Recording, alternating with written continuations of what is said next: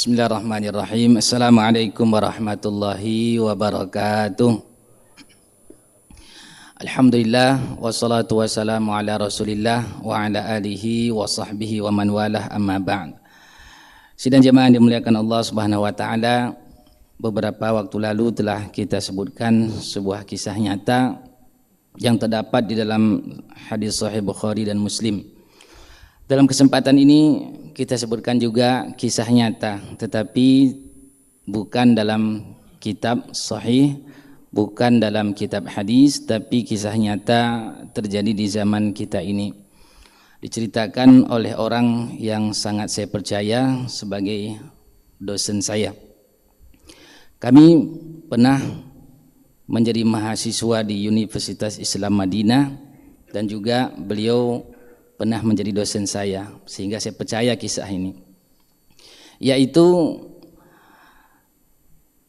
kejadian yang unik di Mahkamah Arab Saudi ketika seorang laki-laki tajir melintir, kaya raya, karena begitu sibuk mengurus bisnisnya sehingga tidak teringat lagi untuk menikah. Hartanya banyak, tapi tidak sempat lagi menikah. Dengan takdir Allah Subhanahu wa taala, laki-laki ini meninggal dunia.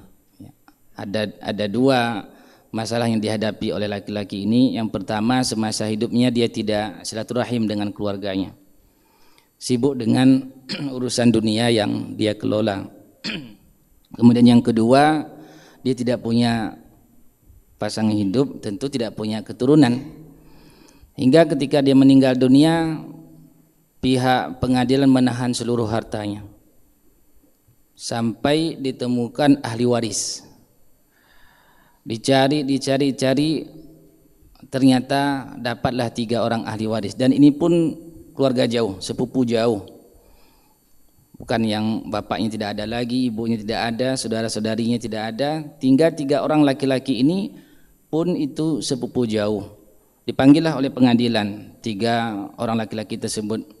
Ketika sampai di pengadilan, 3 orang laki-laki ini bertanya, ada apa gerangan kami dipanggil? Apakah kami ada berbuat masalah? Para hakim mengatakan tidak. Hakim bertanya, apakah kalian mengenal si Fulan bin Fulan? Ketiga laki-laki ini menjawab, iya kami kenal, tapi dia meski keluarga kami namun tidak pernah silaturahim dengan kami, tidak pernah berkenalan, bahkan tidak pernah membantu sesuatu yang kami butuh. Ini 3 saudaranya ini, sepupu ini orang tidak berada, orang yang lemah secara ekonomi. Dan 3 orang ini tidak tahu bahwa si Fulan itu telah meninggal dunia. Akhirnya hakim mengatakan si Fulan itu telah meninggal dunia dan meninggalkan harta yang sangat banyak. Tidak ada ahli waris yang kami jumpai selain kalian bertiga. Jadilah 3 orang ini kaya mendadak. Setelah diselesaikan surat menyurat semua, lalu begitu hendak pulang, bertiga ini dengan gembira dipanggil oleh hakim, dan ini menjadi pelajaran bagi kita. Hakim mengatakan, kalian bertiga kan sudah mendapatkan harta tanpa mengeluarkan jerih payah, tidak ada susah payah, secara tiba-tiba mendapatkan harta. Bagaimana ini kalau hartanya, kalau kita terjemahkan ke rupiah, ratusan miliar, bukan sedikit ya, ratusan miliar. Jadi mereka dapat itu masing-masing puluhan miliar dari 3 orang ini. Kemudian hakim mengatakan, kalian mendapatkan harta yang begitu banyak secara tiba-tiba dan tidak membutuhkan tenaga. Bagaimana? Ini hakim, karena begitulah seharusnya yang namanya harta kepada ahli waris itu sudah hak dia, nggak boleh main-main orang lain, nggak bisa ditahan, nggak bisa dipaksakan ahli waris itu untuk melakukan sesuatu tanpa izin dia. Maka hakim ini mengatakan, bagaimana menurut kalian kalau masing-masing kalian berkorban 1 miliar, jumlah 3 miliar 3 orang, untuk bangun masjid atas nama si Fulan, kan dia juga sudah berbuat baik kepada kalian, begitulah. Laki-laki pertama menjawab, tidak bisa hakim, saya punya hutang yang banyak. Artinya tidak mau, begitulah. Saya punya hutang yang banyak, dia ingin selesaikan hutangnya. Laki-laki kedua ditanya bagaimana, dia punya alasan, Tidak bisa hakim karena saya sudah lelah dengan kemiskinan. Nah, intinya juga tidak mau. Laki-laki yang ketiga, dan ini lebih menjadi perhatian untuk kita, khususnya orang kaya ini. Laki-laki ketiga mengatakan, wahai hakim, si pemilik harta itu masih hidup, dia enggak berpikir buat masjid. Mengapa kami harus memikirkan dia, membuat masjid untuk dia? Nah ini, akhirnya begitulah kejadian bahwa laki-laki yang punya harta banyak tadi tidak diberikan apa-apa oleh ahli waris yang hanya menerima saja, tidak bisa mendapatkan apa-apa dari ahli waris ini. Hadirin dimuliakan Allah Subhanahu wa taala. Saya selalu kalau ingat kisah ini tersentuh ya. Akhirnya kita sadar bahwa apa yang kita lakukan semasa hidup itulah untuk kita. Apa yang kita tinggalkan untuk ahli waris, jika ia orang yang saleh salehah, mungkin ada sedikit manfaat untuk kita. Tapi ketika dia bukan orang yang taat kepada Allah, menjadi penyesalanlah bagi pemilik harta tersebut. Oleh karenanya teringat nasihat Imam Al-Hasanul Basri, iyyaka wat taswif. Jauhi, hindari angan-angan besok. Nanti saya beramal, besok saya sholat tahajud, besok saya puasa sunnah, besok saya baca Quran. Hindari, kita tidak tahu kematian itu tiba-tiba. Terlebih kaitan dengan harta tadi, bisa kita bayangkan bagaimana nasib seorang yang memiliki harta yang banyak tadi tapi tidak dapat dia manfaatkan untuk akhiratnya. Jangan terlalu banyak kita berharap kepada ahli waris yang kita tinggalkan.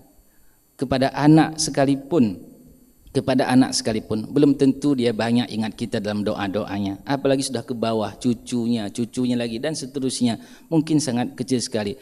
Kalau kita ingin jujur kita sendiri ini, berapa sering kita berdoa untuk orang tua kita?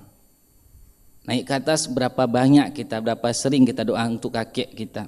Berapa sering kita ingat nenek kita, kakek di atas lagi?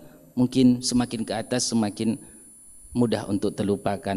Oleh karenanya sekaranglah kesempatan kita, malam-malam akhir 10 terakhir ini, kesempatan untuk memperbanyak ibadah kepada Allah. Kalau seandainya pernah kita sebutkan kisah masjid Ka'anni Akaltu yang dibangun di Turki, di Istanbul, di distrik Al-Fatih, unik sekali memang nama masjidnya, Ka'anni Akaltu, seakan-akan aku sudah makan, itu nama masjidnya. Kalau bahasa Turkinya Sangki Yedim. Itu luar biasa, dahsyat bagaimana terbentuknya masjid itu, filosofi terbangunnya masjid tersebut. Itu berawal daripada ahli waris juga, ketika seorang suami yang tidak diingat oleh istrinya, ketika suaminya membeli 2 kilo anggur, namun sampai di rumah anggur itu sudah habis dimakan oleh anak dan istrinya, tidak tersisa 1 biji pun. Akhirnya asbab ini dia bangun masjid, lalu mengatakan, semasa hidup pun kalian sudah melupakan saya, apalagi setelah saya meninggal, saya tidak bisa menjamin kalian masih ingat dengan saya. Maka sebelum itu sedang jemaah sekalian, kita pikirkan untuk masa depan kita. Ma indakum yanfadu wa ma indallahi baq. Apa yang ada di sisi dunia ini akan kita tinggalkan, akan binasa, dan apa yang ada kita simpan untuk akhirat, itulah yang tersisa. Mudah-mudahan Allah Subhanahu wa taala berikan kita faqih dalam urusan agama, kita perhatikan masa depan kita, secara khusus masa depan akhirat kita, dan mudah-mudahan kita semua bisa husnul khatimah. Amin ya rabbal alamin. Subhanakallahumma wa bihamdika asyhadu an la ilaha illa anta astaghfiruka wa atubu ilaik. Wassalamualaikum warahmatullahi wabarakatuh.